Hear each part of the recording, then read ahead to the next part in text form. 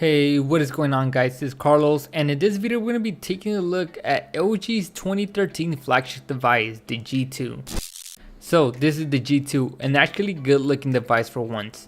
The phone is super lightweight since it's made entirely of plastic, but it doesn't feel cheaply made at all. In fact, it feels very sturdy and premium made. It has rounded edges and a silver chrome band wrapping around it. It sort of reminds me a bit of the Galaxy S4. Now on the bottom of the phone we have a headphone jack, a speaker, and a micro USB port, and at the top there is a microphone and an IR blaster. The front of the device is sporting an LG logo which isn't too distracting, and then at the top there is a 2.1 megapixel front facing camera and a speaker and some sensors. And on the left hand side there is a SIM card tray.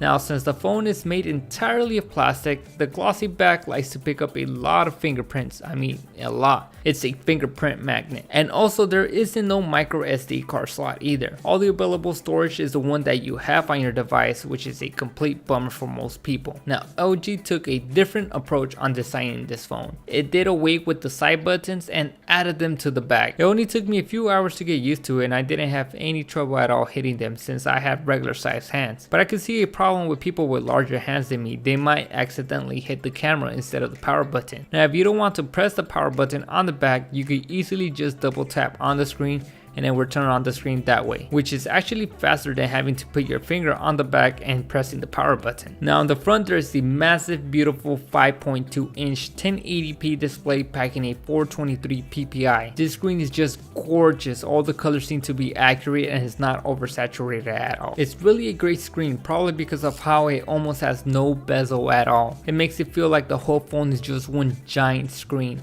It gives you more screen real estate too, since that bezel is so tiny. I just love the way this screen looks. But as much as I love the display on the G2 for watching YouTube videos, since I spend most of my time on here anyways, I'm not a huge fan of the placement of the speakers, which are located on the bottom of this device. I always found myself covering them up when holding the phone in landscape mode, which muted the volume on the phone. But holding it in portrait mode, there isn't a problem. They're loud enough to hear and they don't distort at a maxed out volume. The G2 is also an absolute screamer when it comes to specs. It's packing a quad-core Snapdragon CPU clocked in at 2.26 GHz with 2 GB of RAM, a 13 megapixel rear-facing camera, a 2.1 front-facing camera, and a 3000 mAh battery. The G2 is running on the latest version of Android, KitKat 4.4.2, so there isn't any lag at all on the device that I have noticed. It's super fast and just buttery smooth. It easily handles every app without no hiccups at all. Even the most graphical games can be played on the G2 with no frames dipping below 30. It's even shocking on how well this device is running, considering it's not running on stock Android. Instead it's running on LG Skin, which looks like a cheap copy of TouchWiz. In fact, it's a lot more smoother and faster. I know that on TouchWiz there's a bit of lag, but this isn't the case with LG.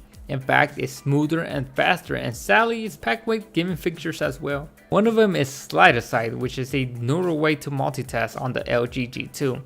You take 3 fingers on an app and slide it to the side, and they could be stored there, and then you can just slide them back that same way. The max number of apps you could have on there is 3, which is useless to me because I use the traditional Android task switcher instead. And then they have the Q slide apps, which let you perform another task when you're doing something else, which is actually kind of useful to send a quick text message, create a note, check the calendar. You can also change the opacity on them to make them transparent or non-transparent as well.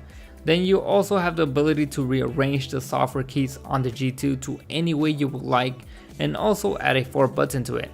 You can change the color to either black or white, but one thing that I didn't like was when playing a game that the software keys wouldn't disappear. They would stay there the whole time, which got quite annoying. Now the battery life on the G2 is incredible since it's packing a 3000 mAh battery. I was easily able to go more and above my normal daily usage.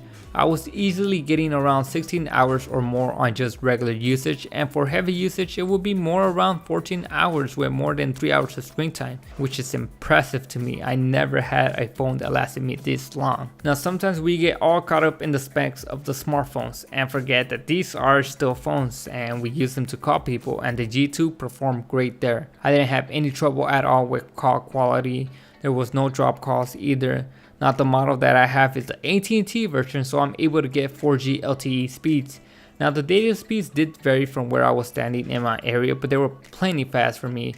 and I roughly keep getting around 10 to 23 megabytes per second download and 4 to 7 for upload. So we can't move on unless we talk about the camera, which is probably the most looked at feature when buying a phone. And the G2 doesn't disappoint there, and is packing a 13 megapixel rear facing camera with optic image stabilization.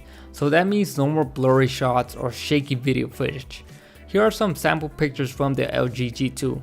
They're actually pretty sharp, and sometimes they did look a bit undersaturated, and the low light performance was decent as well. But overall, you won't be disappointed with the picture quality of this camera. It performs amazing. Video quality is top notch as well, and its optic image stabilization plays a wonderful role for taking video if you don't have great steady hands.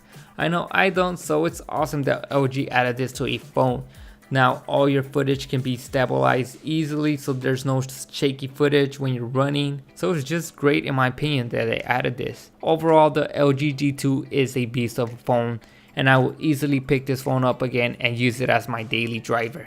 It's interesting to see LG come back with a fast, good looking phone. I'm super excited to see how well the next G3 will perform, and I know it's right around the corner. So this is it guys, I hope you guys enjoyed this video review. Give it a thumbs up and leave your feedback down in the comments below on what I can improve to make this video a bit more enjoyable for your pleasure, or if you like to see more detailed video reviews in the future.